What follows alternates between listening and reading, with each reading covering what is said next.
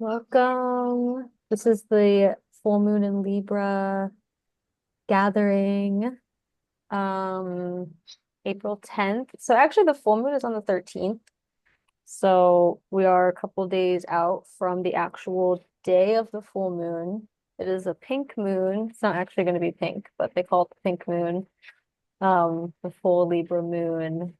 It's actually from what I've heard, and I didn't like double check this source, but it's supposed to be like a really tiny moon Mm, comparatively. Like how sometimes the moon seems really big in the sky, this moon's gonna seem like really small in the sky. So mm. that'll be interesting if that's true. I did not double check. But Libra full moon, I actually am going to do things a little bit different than normal. So normally we talk about the astrology, I talk about the gene keys, a little bit on the human design, and some of the dream arc animals. And I've been like all day coming back to like, okay, I'm gonna like do my prep, my normal prep, and back and forth. And I go to do my prep. I'm just like, can't do it. I'm like, I don't know why. I just don't want to do it like this right now. I just don't feel like doing it in this way. So I figured I would just go about it in a different way. Just going about it in my different from normal, switch it up a little bit. And I don't really have a specific like solid plan. I want this to be more of a coming together, gather, not just me talking and being like telling you what to think and feel and do. I figured this could be more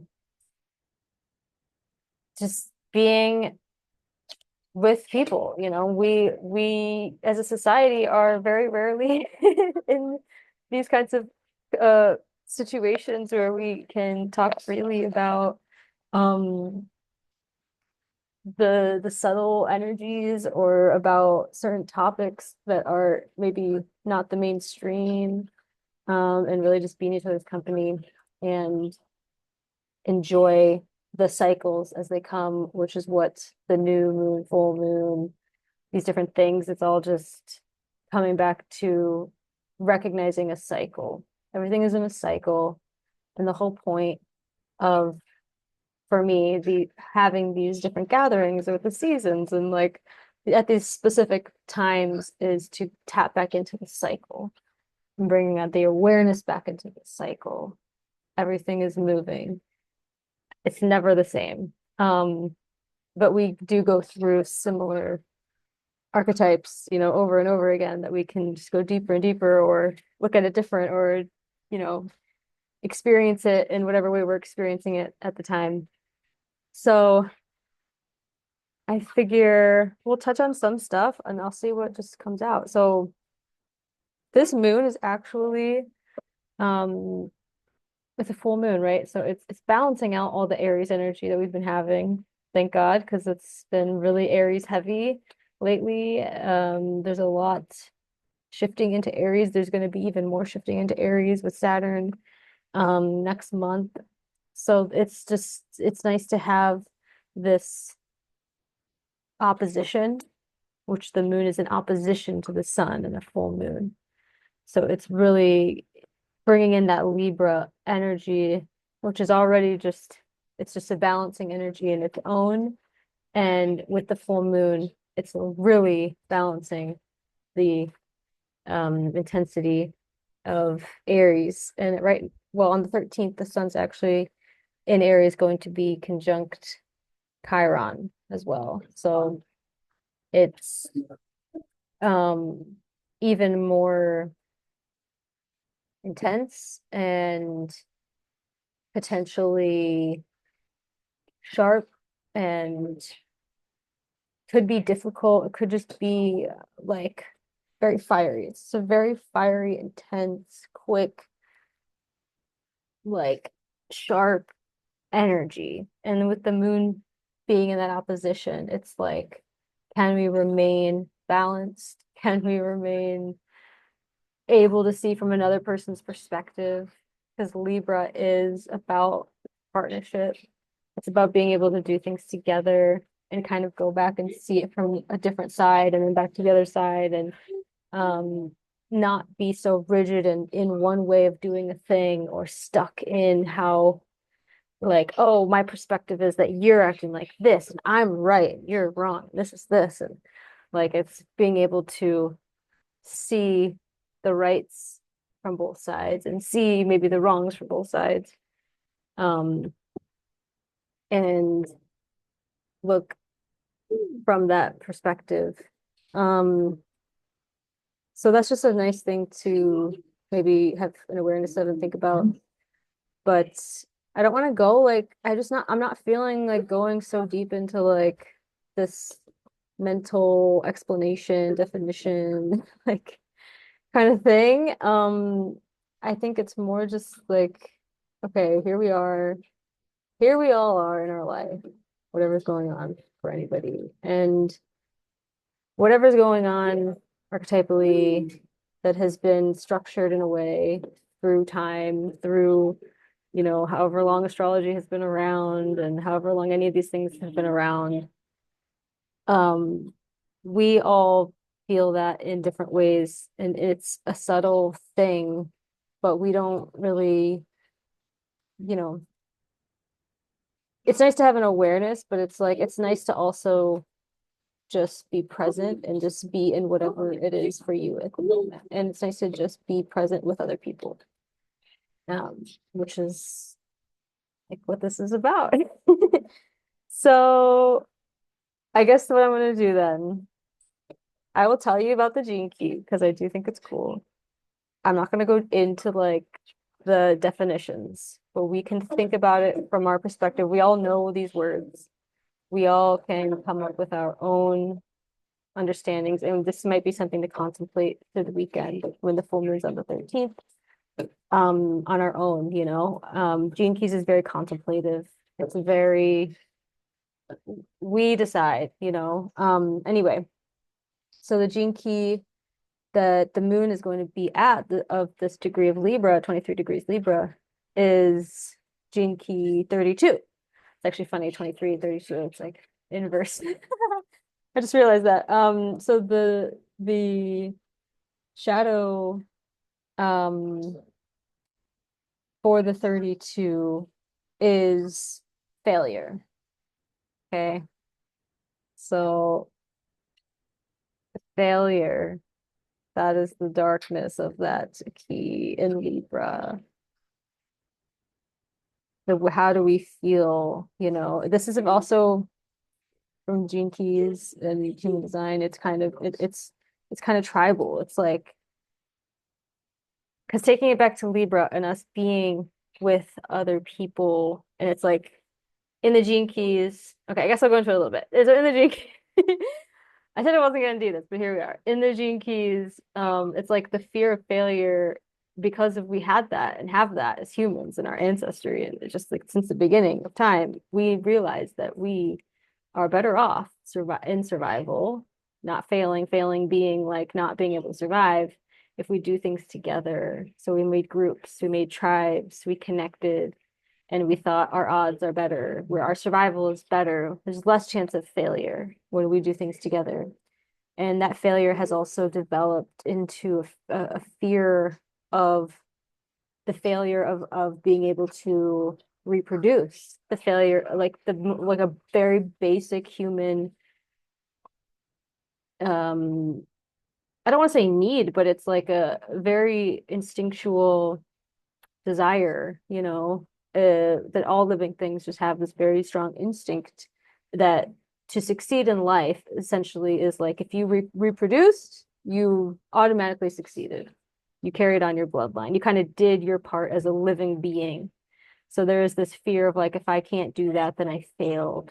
If I can't carry out my bloodline, you know, there's failure. If I can't connect with others and I'm just alone, there's failure. So it's an interesting way to look at it like that. And now in modern times with modern problems and modern fears, it's a little bit different. You know, we look at failure more as like, do really good in school? Did I do really good in my work? Did I do really good in my relationship? Did I really do really good in as a parent? And like all these psychological things, and it's kind of gone beyond that.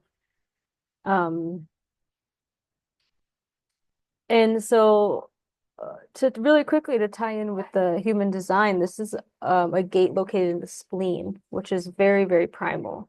It's like it's all about our fear and intuition. And it's like, am I gonna go get eaten by a tiger today? Like, I gotta sense and have the fear and know like to survive. And so that's like where the spleen's always coming from, that really primal place.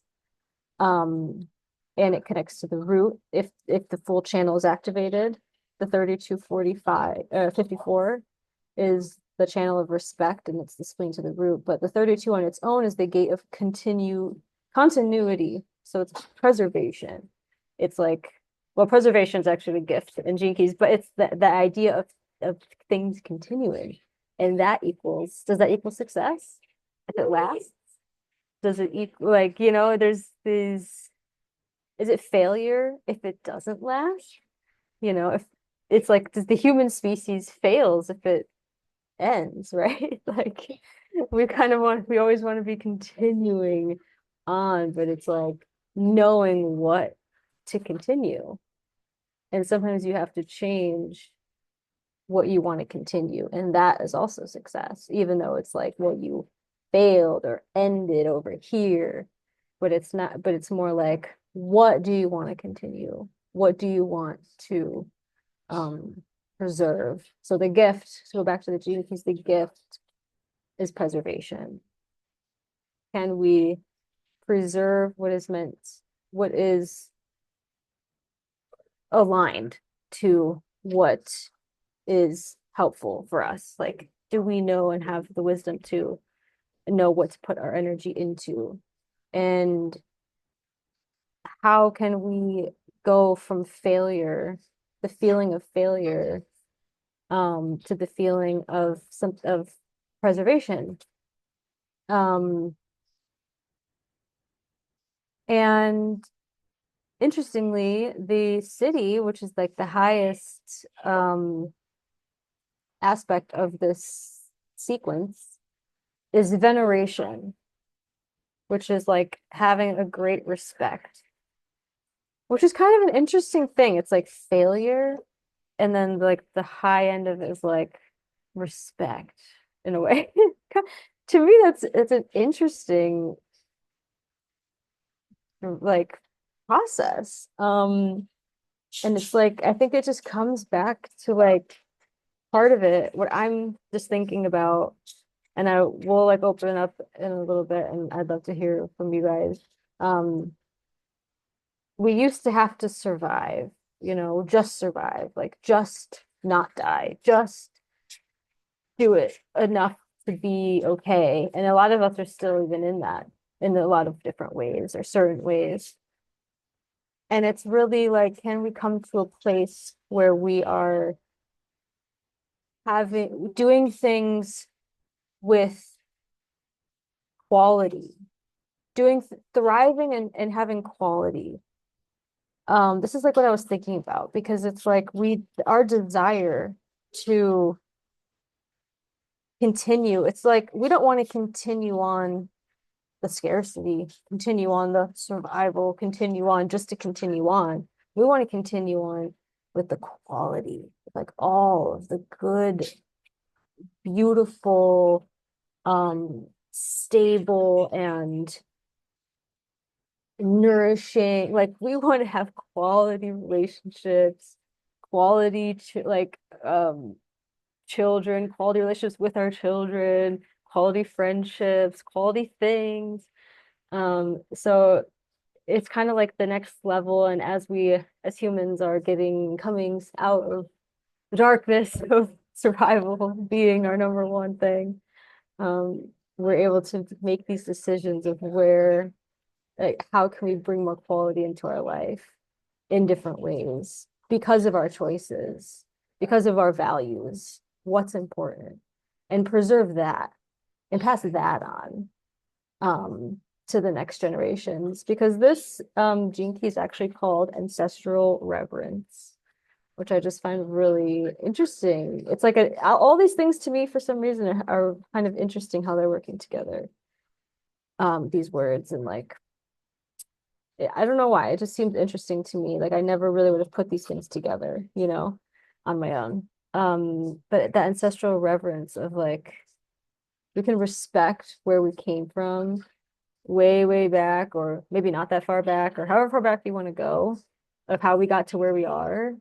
And like we now, just because we're alive and here and are the consequence of our ancestors, we are the byproduct of everything that came before us, having a respect and understanding of that, and also a desire to preserve it, but do it better, preserve it better, increase it, add like to me that is like not failing. We succeeded not just because we continued, but because we increased it, we succeeded. Um, okay. Do you guys want me to read really quick the dream arc animals associated with this and then open it up, or do you guys just want to open it up in chat right away? Well, you talk about what's the significance of the dream arc animals. That's new to me. Yeah, so it's so beautiful. It's literally every um gene key, because you know how they have like the three different things, like the shadow, the gift, and the city. It has an animal, and that animal is like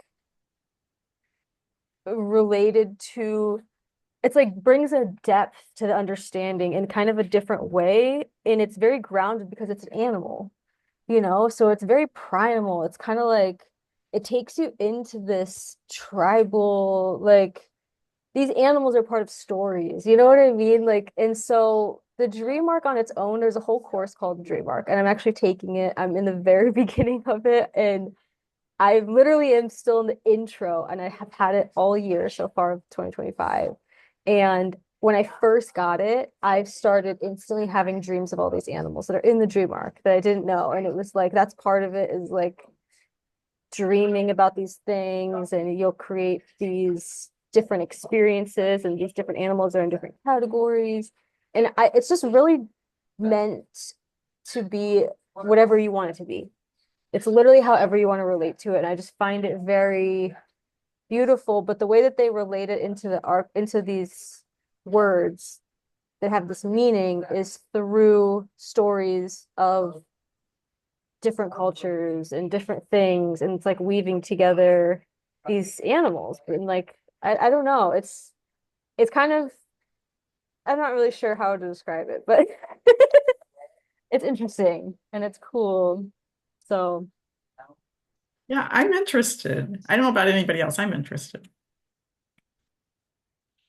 And just another piggybacking off that question, is this animal dream arc? I feel like I probably messed up the name, but that's not part of Gene Keys? It's just something that they've kind of paired. it Like, is a part of Gene Keys and also separate. So oh, it was Richard Rudd who did the Gene Keys. It is he co-created with other people the Dream Arc as well. So it's still through through the Gene Keys, but you don't have to know the Gene Keys to like do gotcha. the Dream Arc and vice Okay. versa. But they weave together, yeah. And So and would I mean, and I guess I'm kind of curious about your, since I guess you're taking this course, because I do have I've been really into let's say Ted Andrews, who does spirit, I think Spirit Talk. He's got like this book on like animals and what their spiritual significance is, and if this animal crosses your path, or those sort of things. wow. Is it kind of, does it sound kind of similar to? It's kind of similar in a way because it's like, let's say you had a dream or in-person experience with one of the animals and you looked it up, like Gene Key's dream arc snake, And it was like, oh, that's one of the Yeah. things. You might get insights in your life of what that represents because it's like they didn't just make it up. It's like using It's common kind of like stories.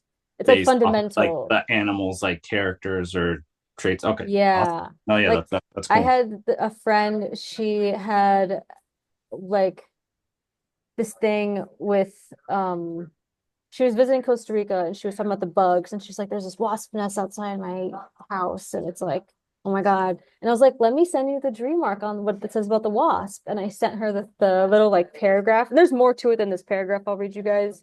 Like it goes into like a whole thing, but it related. She's like, oh my God, that's literally why I came on this trip. Like it was just really interesting because Yeah. because it's fundamental. It's like archetypes for humans, but then we kind of extend it into our environment with the animals or even with like plants. I'm sure you could do a whole thing with plants, you know. Yeah. But yeah, I'm sure it's really similar to the other person as well. And let me read the chat here really quick too. I know. I'm so curious too about animals all the time now. And every time I have a dream about an animal, which I usually never dream about, I have like a handful of animals that I would dream about ever. And then not, I usually don't doesn't usually extend beyond that. But then since doing this course, it's been like animals I've never dreamt about, I'm dreaming about. And I'm just like, it's crazy. It's super interesting. But anyway, I'll read you guys for the 32. Jinky 32, okay? The shadow little animal, this little guy. The shadow animals are always reptiles or bugs or insects. And for this one, it's the earthworm.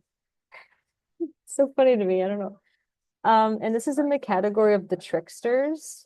And this, all of the shadow ones are fears. So this is the fear of failure. Um, and I will read you it's what it says for its guidance. It's like a few paragraphs, but I'll just read it to you, okay? Hello, humanoids. I am the earthworm. My teaching is specific to your problem because I hold the keys to one of your greatest fears, the fear of failure. In your fear that you will not have enough lies your deep distrust in the interconnectedness of all beings. When you act from this fear, you close down your own fractal lines, the very web of your fortune. These lines are my wormholes. All throughout creation, I have created wormholes for you to travel down. They link one being to another, one event to another, one story to another. If only you trusted in my architecture. It is through these wormholes that all sense of continuity is maintained. But wormholes also do something else. They lead to other dimensions. They open up new networks and new synapses throughout the universe. Your universe is about to move through one of these wormholes. My role is to remind you to keep the wormholes open and to always keep moving the energy around. Your experience is the soil. It must be digested, contemplated, let go of. Your money too is soil. It must be used to create more joy. And then it leads to other wormholes and more will continue to flow. The universe is built upon flow. Failure is the word you give to the state of stagnation when energy is not allowed to flow and mix. I am the great mixer and mover. I am a trickster in this way. What you thought was failure was actually success, and what looked like success in time led to failure. Something is at the top, I move it to the bottom. Money is like this. You cannot stockpile it or you will stop the flow of life. You must share, share, share. Go outdoors and get your hands into the soil. Sow, rake, plant, hoe, weed, dig. Just touch the soil and let it flow through you. You will be amazed how healing this simple act can be. That was a really good one. I've never read that one before. Okay. I love that. It's just like Yeah, brings the I whole agree. That was amazing. You Mhm. said there's more of there is one three or to each gene key. So there's oh, but was that 100. the whole like worm one for Oh, the shadow? that was just his little thing on his guidance. So Okay. I'm sure there's more, there's like influences, meaning they'll tie it into like whatever. Well, I mean, yeah, it was like I was going to like story time, like I story know. mode. Yeah, that was great. That's what I like about it too. It's literally like it kind of just bringing back story time used to be so important for every culture is like stories. And they would use the animals and the little duck came down and did the, you know what I mean? Like we don't do that anymore really, unless you're a kid. So it's really beautiful. Highly recommend the course. I've literally barely started it and highly Okay. recommend. Super good. It's worth the money because you can keep it forever. It's literally going to take me like 2 years to finish it because I'm so slow. But okay, guys, are you ready for the guidance of the reindeer for the gift? The life key. Life keys are always mammals. This is the preservation of Earth's spirits. Magical. Okay. We are reindeer. We are the great herd animals of the north. Come with us to the north. You must journey north in your inner being into the dreamtime realms. Connect yourself to the deep cycles of nature. Know the phases of the moon. Oh my God, that's so funny. Go out each night for the next month and become saturated with our spirit.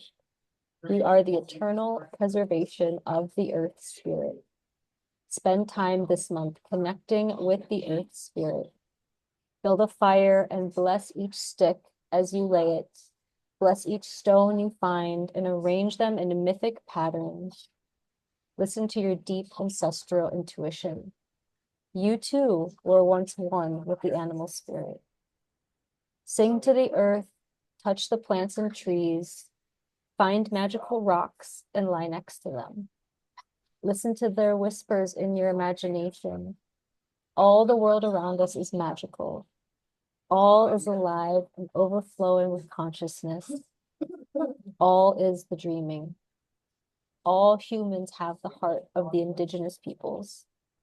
Put aside your world things for some time and enter into nature with the blossoming heart of a child. Communicate with the dead. Speak to your ancestors. Ask them questions. Offer them gifts. Tell them your secrets. Make ritual objects from natural materials. Imbue them with the special prayers and give them as gifts to people. Speak seriously with trees. Arise early before the dawn. Feel the presence of the inner sun within your belly. When you feel deeply connected once again, then ask for guidance from your ancestral spirit, from your true lineage. Plunge your head into the icy waters of a wild river. Bless and eat a wild animal and feel its spirit grow within you. Learn about sacred herbs. Go out and gather a special plant, make it into a tonic, and drink it as a ritual. Let its spirit merge with your blood. Speak to the stones. Realize that every stone or crystal has a spirit. Ask it where it wants to live, if anywhere, and take it there. Be among your family and enjoy the company of simple humans and friends. Make a map of your life and place sacred objects along it. Then let it dissolve once again, as you will one day dissolve and reform in the dream time. Open your arms and heart to the natural world. Become life into your heart. Love the simple once again. Let your light shine once again. Be with us among the reindeer people or any ancestral beings that you feel connected to. All these things and more you may do.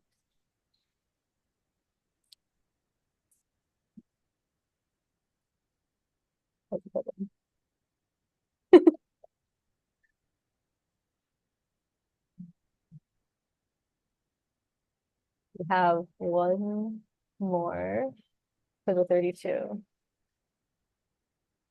And this one is taking us into the city. Did I even say what the reindeer, so the earthworm was one of the tricksters and the reindeer, I don't know if I mentioned it, is one of the dreamers. So for the city and all the cities in Gene Keys, they are always birds. So we're going to the bird world. And for the 32, it's the vulture. and it's one of the changers. And the birds and like the city animals are always called vision keys.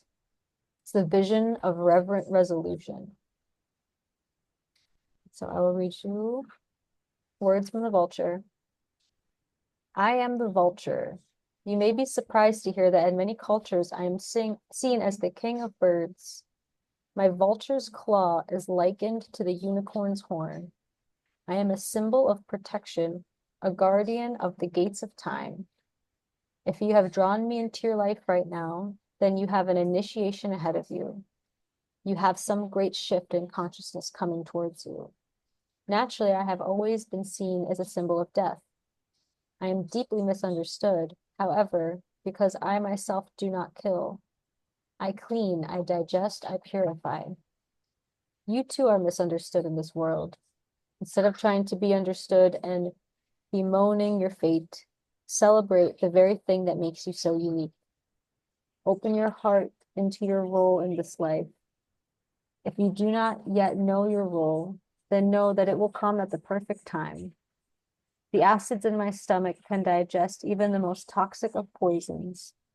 You too can transform any experience, no matter how extreme, into higher resolution. This is your deepest role, so open to it. You are no victim. You do not need to try and get recognition.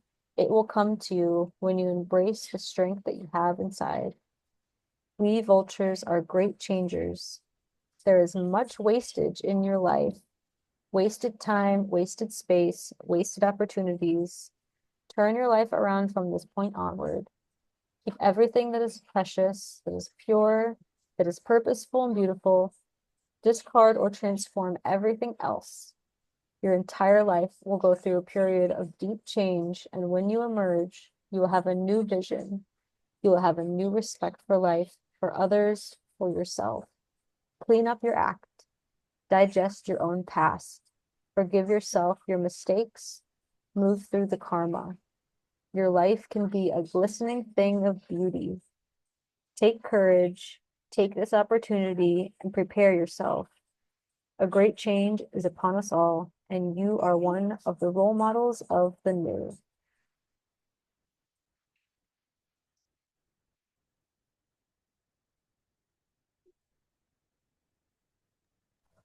I really like the kind of the pairing of the vulture with the worm.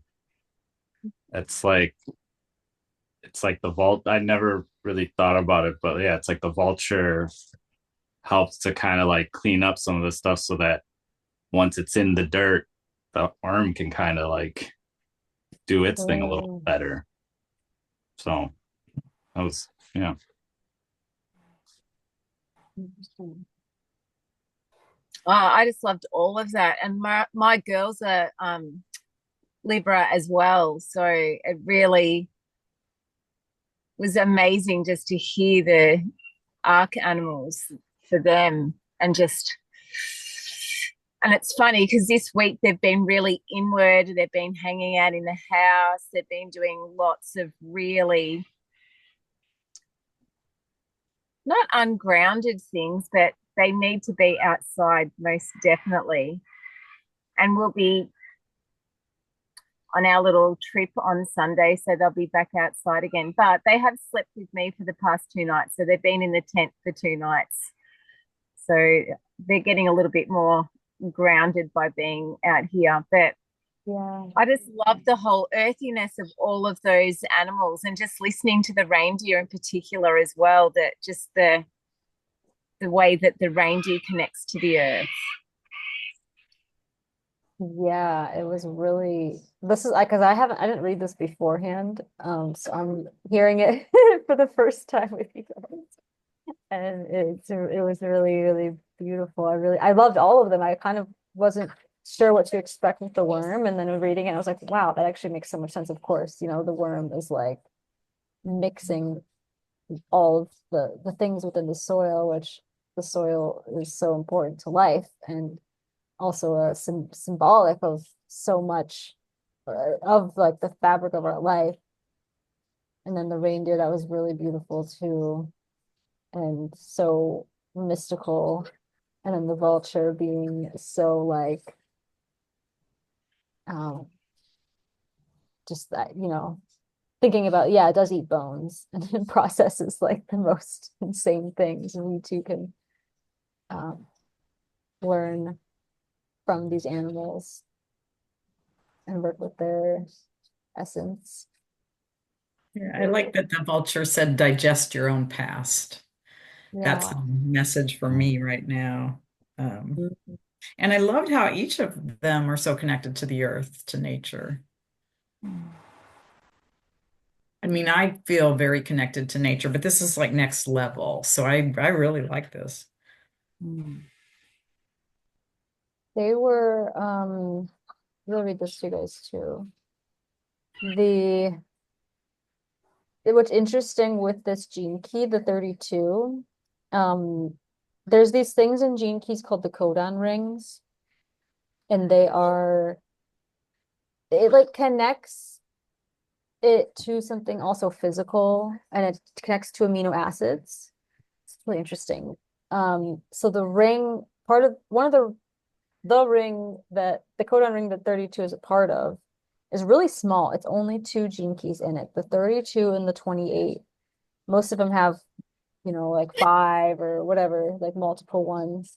And I'll read to you guys what this one is because I found it kind of interesting as well. It's the ring of illusion.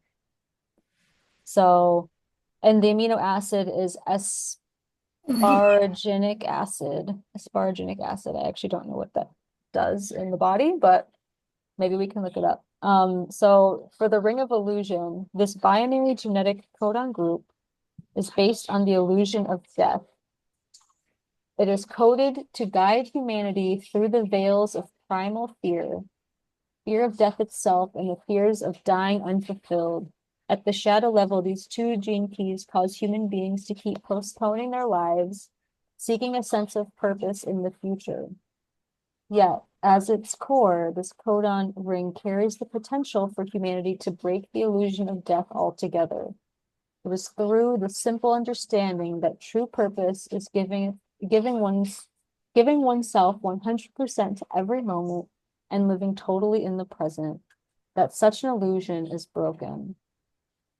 So I found that actually really cool and um really powerful. And it kind of reminded me of what you were saying with the vulture, but that it's like digesting the past. It's like completely being so present that that's all you need to do.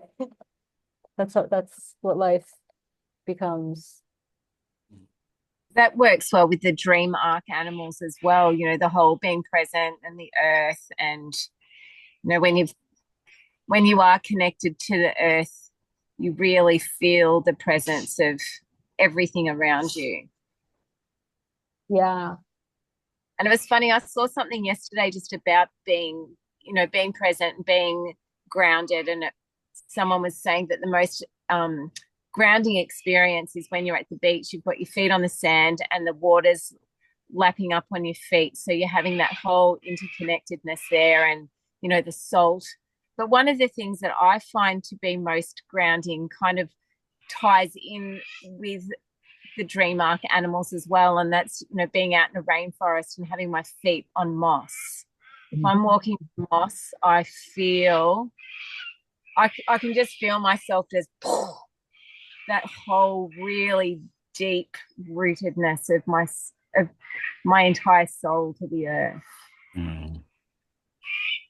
That, I don't know, out of all the dream arcs now that I've read, that one I just love so much. Maybe it's because I have that connection to my children and I can really sense that for them. And it's so Yeah. mystical as well as being grounded. So it's got, that whole heaven and earth connection with those animals. Yeah. So it's a really shamanistic kind of, like all of them, even knowing the reindeer has that shamanistic quality, you can sense it through all of them. Yeah. It does, and it's like if you're connecting it to sort of even with the codon ring, like Mm. the being connected to like death so closely, and this like idea of death is automatically connecting to the transformative process because death is not real in the sense that it doesn't end. But like Mm. we don't ever cease to exist. Mhm. That whole heaven and earth thing comes in again with that. So, you've got things going to the earth and then transmuting and Yeah, going to the divine. yeah, But just having a rebirth in this life has that quality completely. So it yeah, seems like this moon has that within it, going out into the moon and having that rebirthing experience. And it's the year for it as well, by the sounds of it. no, and it's Mhm. so interesting because it's like Aries can kind of be a rebirth in its own where the sun is because it's the beginning, like the Aries spring kind of energy. And then you go into this gene key and it's like you're saying, it's kind of taking it back into the ancestral process of continuous life and death, and life and death, and the past. And but the present is the only spot that is it's like a grounded present connection to both sides of that direction, into the past, into the future, but keeping it present and keeping it grounded and connected. It's really interesting. Yeah, this is like the year for it. So I can almost visualize a shaman, with his boned necklace and the bracelets and his anklets and the worms coming up his legs with the him and the vultures Oh sitting on man, his shoulder and his that'd be little. crazy. just like conjures up all the worms out of the soil. Just wow. Yeah, I've never had that with any of the ones that you've read to me, that whole connectedness between the three of the animals like that. Mm. And it's really deeply connected all of the animals for me. Yeah, because a lot of them, for anyone that hasn't looked at any of them or some of the other ones, like the three sometimes seem really random. To be like they would not even live in the same area at all, or they're just Mm. like they're kind of connected, but like it's not in an obvious way at all. But this one, yeah, it was definitely like there seemed to be more of a cohesion, Mm. connection. They went together a little bit better. But yeah, it's really interesting. And I think that maybe this moon would be a good one to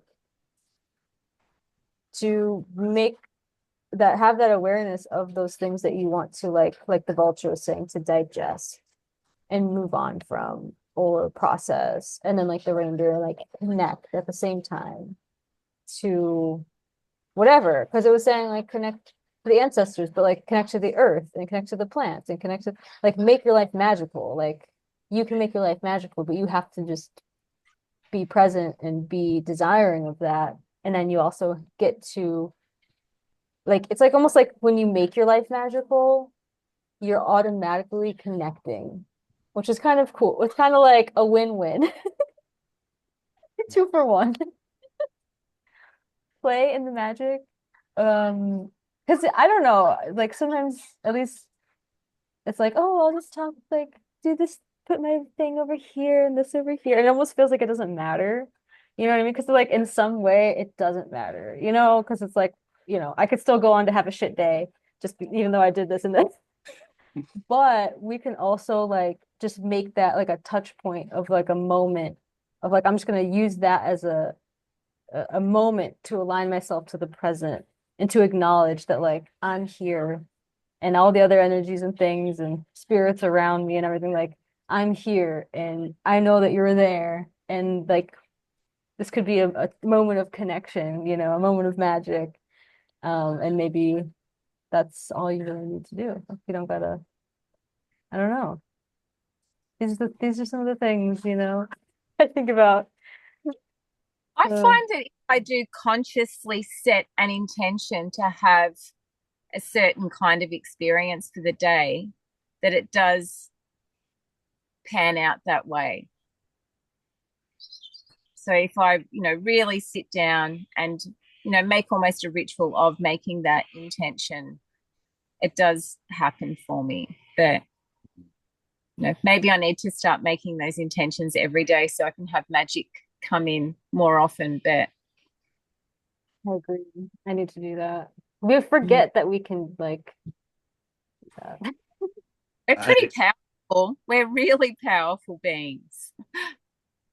I started doing this thing that I was listening to an Abraham Hicks talk, and she was talking about like stamp your day with this type of like energy, or you know like wake before you get out of bed, just like stamp the day with like it's gonna be with joy or something, or with like happiness. They're like one or two words, and I've been trying to do that, and that's it has kind of helped to like, especially when I'm getting out of bed, it's like sometimes like, oh, I gotta get up, I gotta do this. It's just like, wait, let me just like, hey, I'm stamping the day with this type of thought or word, and that seems to, it's pretty incredible how that can kind of change the outlook of your day. Um, but I do want to add one thing, because like this whole talk about being like grounded and like connected to the earth and stuff, and for the longest time I kept thinking that like, oh, when people are like earthing or doing like grounding sort of stuff, it's just like a way of us to kind of like trick our brains to like lower our blood pressure, or like lower, just kind of breathe a little slower, and then that would have like the you know better outcomes that you have. But I recently got a grounding mat, um and I've had it for like 2 months, and I was just been trying, like, it feels good when I'm on it. But there's sometimes I'm like, I don't know, is it really doing anything? Is it? So I decided to do this little experiment that I saw somebody do on YouTube. And I took a little, like a multimeter, which is essentially something that you can use to check to see how much like power is going through something, or how much voltage is going through something. And I connected it to the ground, and I connected it to myself. Like I touched it, and since it's the ground, you're not going to electrocute yourself. And I could see that it had a value on there of what my body was producing, what the voltage of my body was producing. And then the moment I touch the grounding mat, while I still have there, that number drops down to 0. Oh, wow. So, and I was like, pulled it off, and that number went back up and touched the grounding mat. It dropped back down to 0 again. So it was just like, I think I was like doing it for my brain to kind of wrap my head around, like, okay, is this actually really something? And whether the actually being grounded on a grounding mat is the same as earthing. I would imagine that earthing would probably be better, but there's probably so many other variables. But I think it really goes to show not only like the mental benefits of grounding, but also like just the physical uh, benefits of just like literally discharging, kind of these excessive buildup that we naturally kind of have, but also that we pick up from our environment. So it was a really fun experiment to do. So Have you watched the film or the two documentaries, Grounded? no, I haven't. Oh, they're really, really good. So we watched both of those. I think you can just watch them on YouTube, and I think it is just called Grounded. So it's this man that lives out in the wilderness, and it's snowing, and I think it's a really, dark winter, and he's feeling the weight of the winter and the depression. So I'm sure you can relate to this, Nicole. And then he hops under his house because there's a section under the house that is earth. And he just feels the effects of how that, how that affects him psychologically. And then he starts this entire experiment based on how that made him feel. But my partner's very, very inventive. And after we watched that, he made a grounding mat just from stuff that he got from the hardware shop. And then he put one onto our bed, and it was hideous. It was so uncomfortable because of the materials that it was.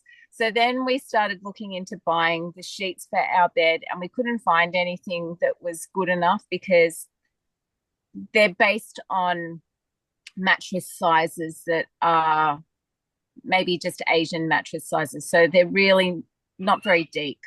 So we ended up getting a whole lot of them made in different sizes for the depth of mattresses in probably lots of different Western countries. So we made them to sell and use them ourselves. And for me, it made, I'd go to bed at night. I had a busy mind. I never, ever stopped thinking. It was hard for me just to stop. And I would go to bed as soon as these mats came into our life, and just nothing. I'd go to bed and I'd be able to sleep. My mind would be able to shut off completely. And then over time, my mind was able to be still during the day as well. And I haven't slept on a grounding mat for years now, but my mind has never, ever, ever got to that busyness that it once was, ever. And my partner's also an electrician, so we did the whole multimeter experiment on ourselves as well. Yeah. Yeah, I did the whole thing of like actually making sure like, okay, is the actual outlet actually grounded, which was nice to know because there are a few outlets in my house that aren't properly grounded, which was my God. a little concerning. I'm like, okay, good to know now. But still it was but yeah, I agree with you because I have a little mat, and then I have a yoga mat one that I can just lay down on, and it is it is kind of strange, like what it kind of feels like. So but it's a good reminder to go actually I was actually eyeing a piece of the yard that I need to kind of like clear out for spring kind of cleaning. So that's to be a good the reading that you said is like a good reminder or a good incentive to do that. Yeah. I so appreciate you both sharing this. I struggle so much with sleep trouble for lifelong, basically. So, and it sounds like what you're saying, Rachel, is this has been really helpful for you.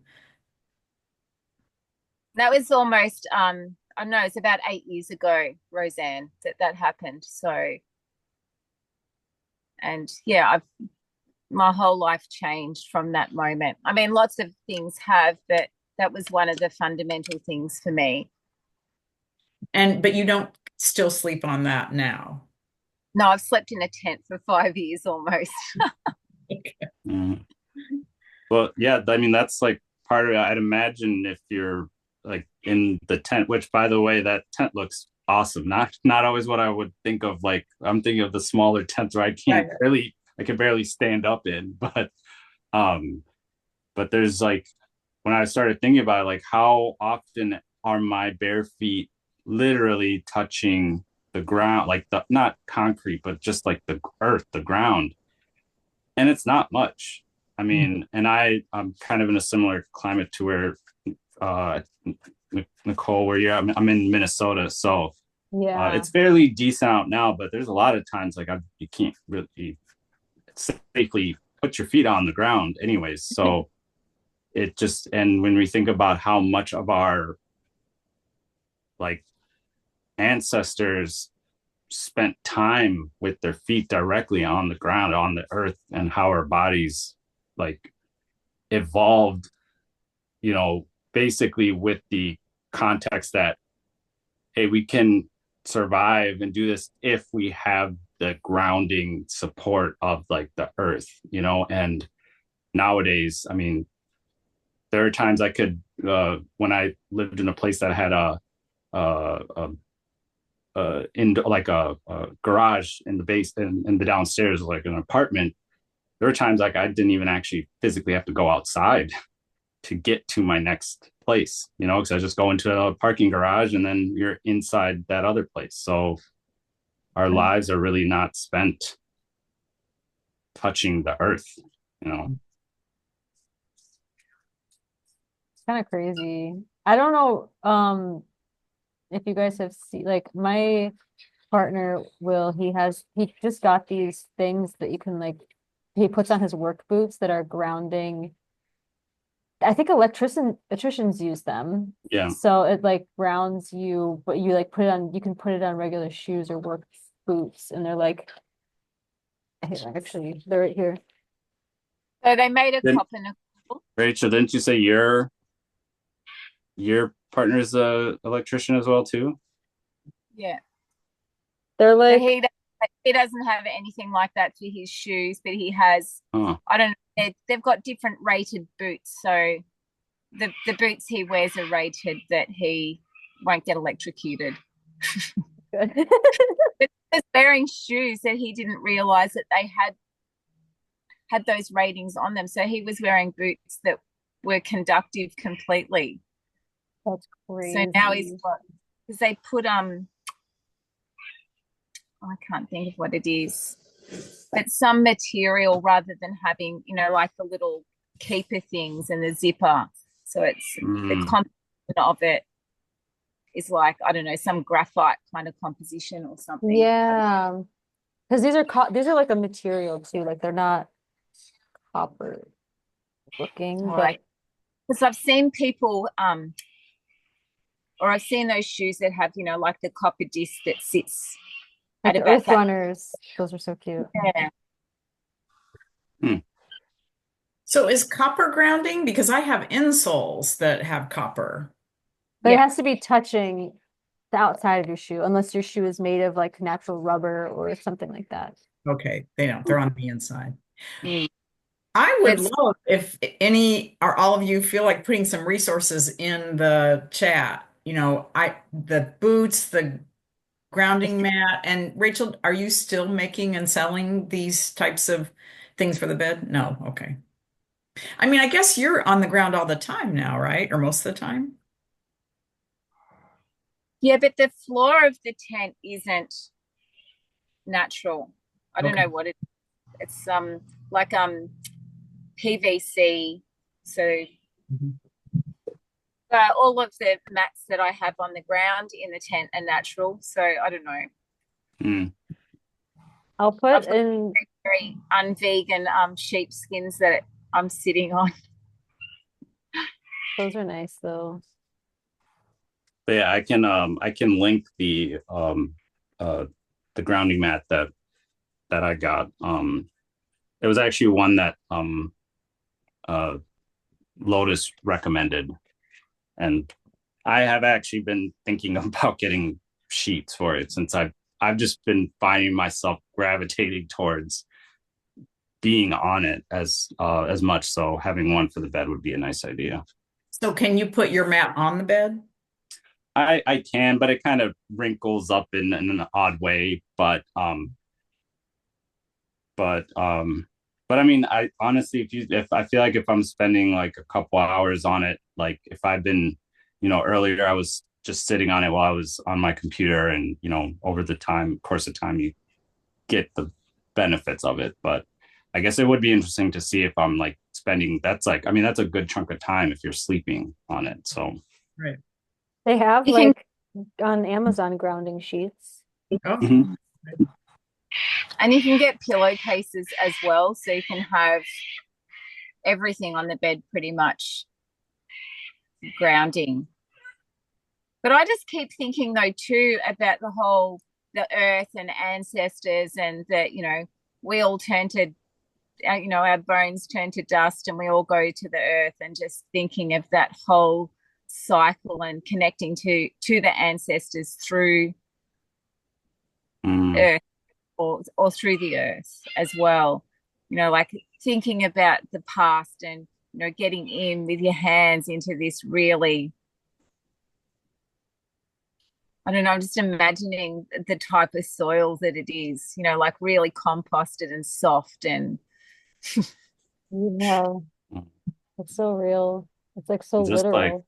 all the different types of soil too, like It's true. regionally, like we could probably all like go get a little clump of soil. They would all be different, Absolutely. you know?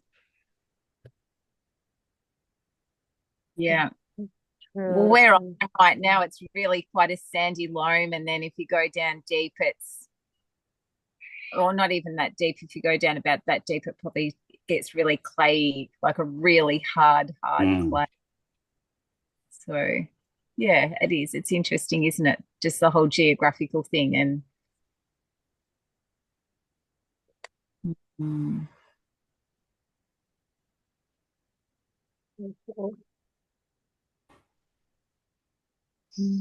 You're welcome, Adrian. I will see you. This was so good, you guys. I didn't really know what to expect. I didn't really know. Didn't really have much of a plan, but this was so nice, and we can enjoy this full moon and hopefully release some things and slash connect deeper and maybe intend to see things through like maybe messages or something like the Dreamark animals were saying from our ancestors or from the plants or from the earth. See like what we can connect to, what comes up. Yeah, I appreciate you taking the risk to come and improvise. It was good. Yeah, I mean, Thank it was you. really, yeah, it was really good too. I enjoyed it. I have a quick question since I am grappling with health issues and it looks like this full moon will be in my sixth house. Any thoughts? About- Yeah. Like sixth house. So you have a lot of action in your 12th house where Aries is. Um, and then with the sixth house, you know, I think that bringing that kind of like what they were saying in the dream arc even and what we're all talking about too, it's like that the sixth house is so present. It's all like being present in your life, being grounded in your life.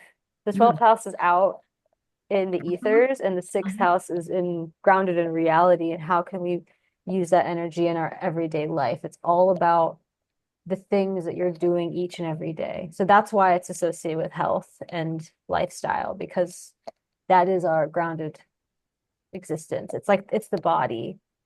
Um, and so maybe just putting extra attention on how present you are through your day. What are you thinking and feeling through your day? What are you consuming through your day? Your actions through your day. Like, how can you, if you feel like you need to change something in that, where are you kind of getting that subtle pull or call to change or do something a little bit different and alter your routine in a way that maybe you're being asked to in a subtle way, like, oh, today do this instead. And it's like maybe Mhm. listen to that little subtle difference and see what that unfolds for you. I love the sixth house. I have nothing in the sixth house in my chart, and I really wish I did, because I feel like I love the idea of like rituals and routines and these things. And obviously, we all have all of it, even if we have no planets in a house, like we all still have all of it.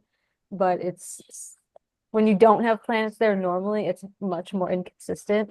So it's like not as big of a deal all the time as someone who has like different planets there. But yeah, I think that if you're already dealing with health things, maybe there can be something illuminated in why is that coming up in that way. Like, and it might be from something maybe you haven't looked at it before, maybe. Or maybe there's a little message in there that if you're fully present, you can click together. Like maybe something you can ask maybe to receive more information, more guidance on whatever you're dealing with and see what comes through, and just know that it'll probably come through pretty subtle.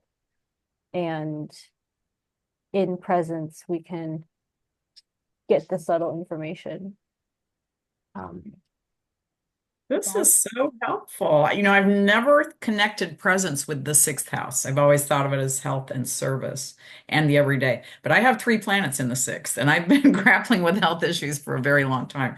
So this is, and presence is something I'm focusing on more because my brain wants to be distracted all the time. So this is really helpful input, Nicole. I appreciate it. You're welcome. What are your planets in the sixth house? Mars, Saturn, and Neptune. Oh my God, that is kind of crazy. That's so intense too. Okay. We could go into a whole thing with all that. But I could talk forever. That is really intense. Yeah, I think that, yeah, the presence, and like be okay with seeing what doesn't work anymore and be able to change it and create make a new pattern. Because the thing is, like, our daily things, our daily diet, our routines, like that is our life. Yeah. That's what brings us everything. And when we change those things, even though they're like the most mundane and subtle and like, okay, Sissy, hold on one second. They are the most mundane, but the most like powerful. It's like people change their life when they're like, I started walking for an hour every morning and it changed my life. And you think like, how, like, who cares? It's such a stupid basic thing, but like those are the things that change our life because there's consistency behind it, and there's like that is our life, you know. Yeah. The sixth house is like it's one of my favorite houses to talk about because it's so beautiful and it's so earthy, and yeah, presence is a huge one for the sixth house. It's all about the presence.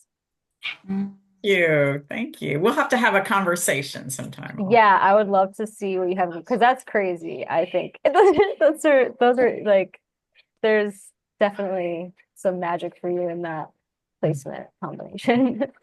That gives me hope. Thanks. There's hope. So I guess I do have a follow-up question on that because you had said how, empty houses that sometimes things can be a little inconsistent. I I guess I was under the impression that if there's an empty house that it's either was that, there's at least this lifetime, there's not that's maybe not maybe where you are needing to be focusing on, or that it's just like that those parts might be a little bit more stable. So I guess that was the first time I've heard the inconsistent part. So I guess I'm kind of curious Sure. about that. Like I'm aware that just because if I have an empty house, it doesn't mean that like, Right. like I'm not gonna have that part, like I recognize that, but I guess Yeah. yeah. Yeah, it's like you have the birth chart, right? Like the way that it was when you were born, and that's always going to be with you. And those houses and those archetypes and those areas of life, depending on the planets and whatever and how they're interacting, are always going to be like really fundamental to how you go about everything else. It's like from these perspectives the most.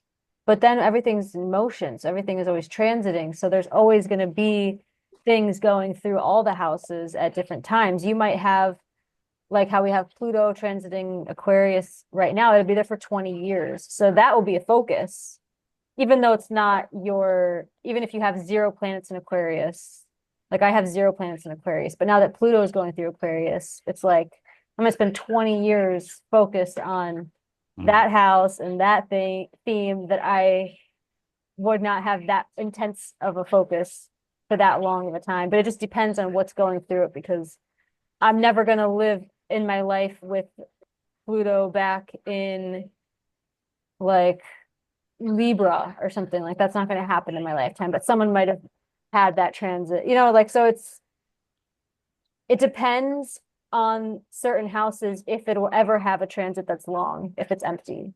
but it'll always have the sun will go through it, the moon will go through it, Mercury, like those fast ones will always be cycling through, kind of adding a little sprinkle, like, okay, now's the time to focus on the home. The sun's in your fourth house. And even if you don't have planets there, like we're bringing some energy through. So we're just like dusting off the cobwebs and like, okay, let's focus here again. But your fundamental way you go through life is always going to be with your birth chart information and placements. But then you'll be like, okay, now I can kind of like there's going to be some diversity. Like, okay, I'm bringing some health things and get my sixth house going and cool. And then that'll move out. But sometimes you'll get a slow planet like Pluto or Neptune. And it'll be like, well, we're going to be here for a while, really going into this house, even if you have nothing else in it. So that could be like an example where it probably would be consistent, but like say maybe one of the other inner planets is just cycling through. That's the inconsistency is like, is that what Yeah. you're referring to?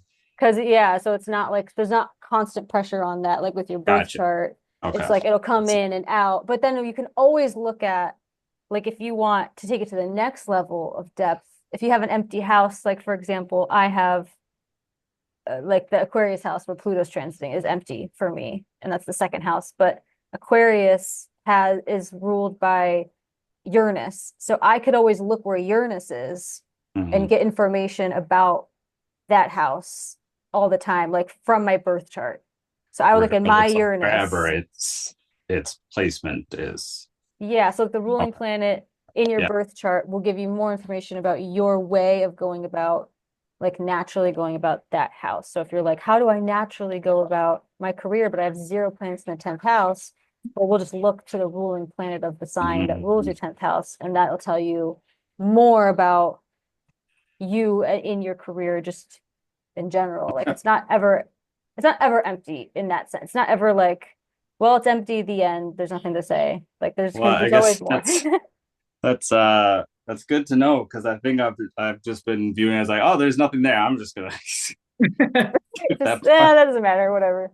Okay, well, that's giving me a little guidance now to focus because I do have quite a handful of empty ones, at least five Yeah. or six. So I'm the same. I have a lot of concentration in like a couple areas, and then like everything else like yeah. empty. But then it's never really empty because we have like thousands of asteroids, and we could literally go and put in every number and be like, we'll find something in there, like some weird random asteroid thing going.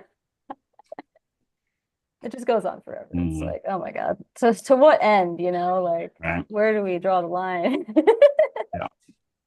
Well, actually speaking of like asteroids, I'm kind of pretty nearly finished with one of my meditations, which is the one that I kind of mentioned, the inner space, outer space. Yeah. Sort of one.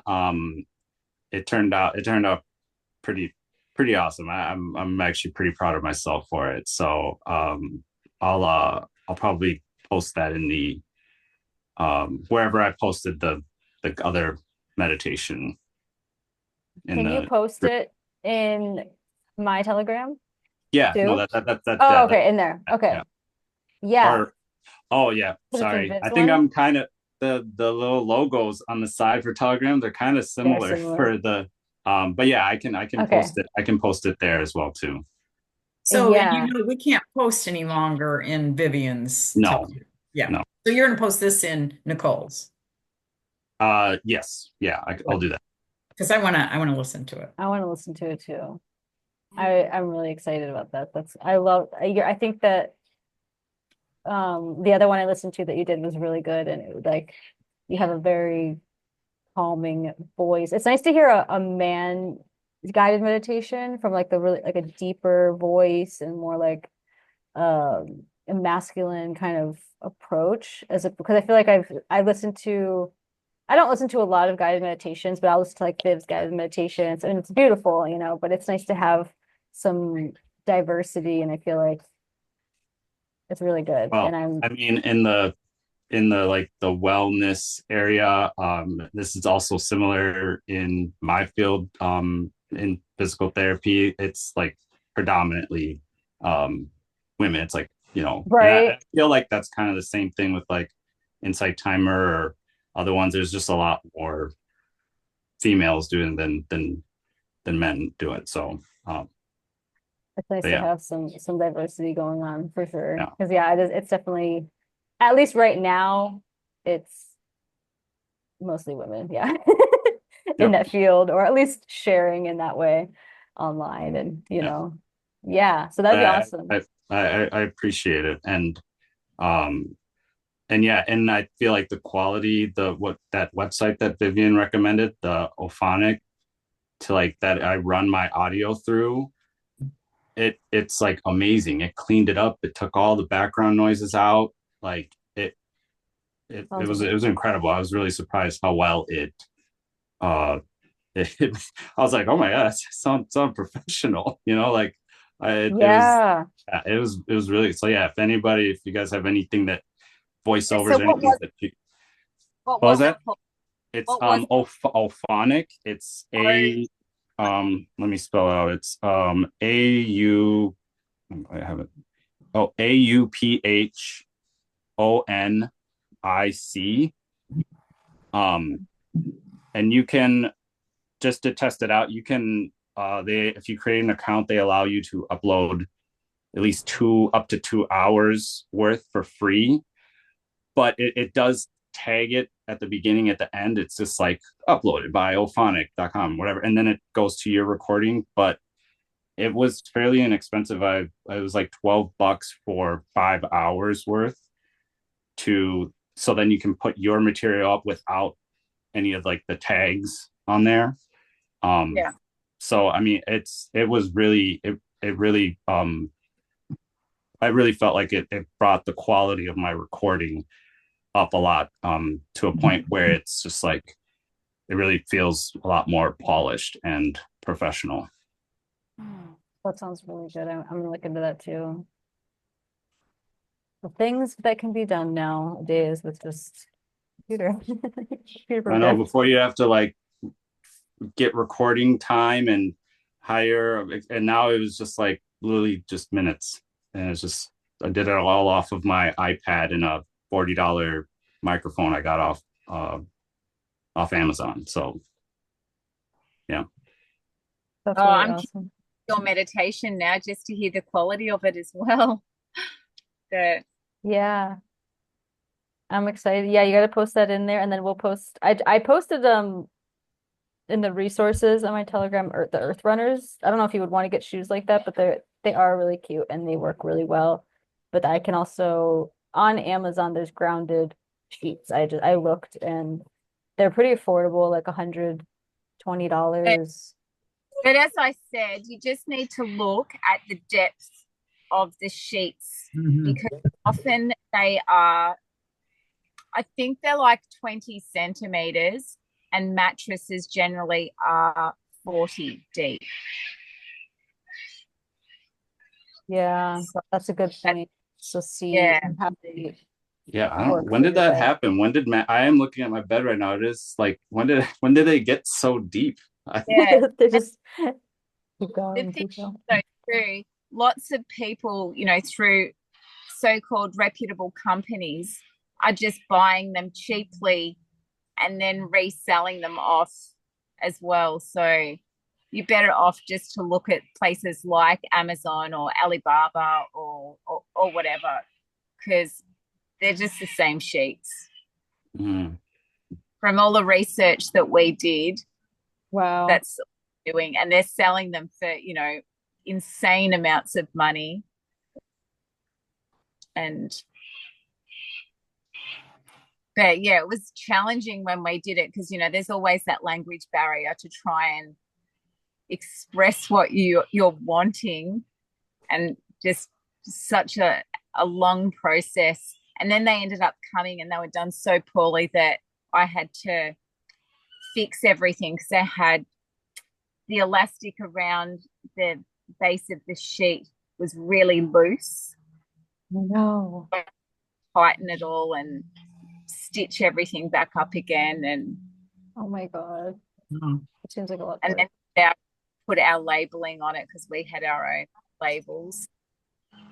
Yeah. Well, hopefully you can find something that will work in There's some good ones out fashion. there. There are good ones out there though. But yeah, Perfect. look out for. Did we go over where the moon is in for me? Um, no, it is in your where am I looking? Fifth house. So it is the fifth house is fun, like creativity, enjoyment. That sounds pretty perfect. Yeah, and you're gonna be like getting ready to go to this festival and do like sell your creative arts. Like, I think that it's perfect time to be doing exactly what you're doing and just be in enjoyment and be in the There's flow. so much synchronicity happening at the moment, I feel for me. That's the magic spot right there. That's the place to be. Oh my God, I love that. You're gonna have so much fun. I can't wait to hear about everything at the I- festival. I'll take some little videos when it starts and send them to you so you can be there with me. Yeah, please. That would be really fun. That sounds so cool. You And guys would love it though. The girls would have so much fun because it's made for children, like massive playground for kids, and it's just constantly kids. Their so parents just cool. go and do their thing, and the kids just all gravitate to this playground. I want that like every weekend to happen. Right next to my house. It's just a really small little grassroots kind of event that's been going for 25 years, and But that's the best though, because then when it's like too big, it's like I don't really, that's just too much. If it was like a massive like music festival thing and there's like hundreds and thousands or whatever people, like I can't see myself ever, at yeah. least while the girls are young, like ever taking like my young kids to something like massive in like a crazy way, but something like grassroots and grounded and like About 800 to 1200 depending on what's going on, so it's pretty little. It's not like the big ones where there's 8,000 to 12,000 people. it'd be so stressful. I feel like Yeah, that's just fun. Lots of different music. you're gonna have a blast. The Oh, girls are too. It's gonna be so good. it's their favorite thing. Their Well, favorite I thing. believe it. All right, you guys. I have to go clean up my house and get my girls ready for bed and whatnot. This was so fun. Yes, thank And you. Thank you. you're welcome. So much. So the next, the new moon will be in Taurus, and we will be doing that not next Thursday, but the Thursday after that, same time. Okay. So we'd love to have you guys again. Awesome. Yeah, this is great. I'm excited. And then I think next month in May, I think there's going to be 4 workshops because I want to do May Day. I have a Saturn workshop, and then we'll have the 2 moons. So it'll be pop into all of them or one of them or some of them or whatever you want to do. But that's what I'm thinking for May. I haven't got the dates yet. The Okay. Saturn one have the dates, but the other one's not yet. But it'll be fun. I'm excited. Things are Yeah, moving. yeah. Yeah, I look forward to them. All right, you guys, enjoy the rest of your day, and I will talk to you later, soon. All right. Yes, yes. Thank you. You're Thank you welcome. so much. You're welcome.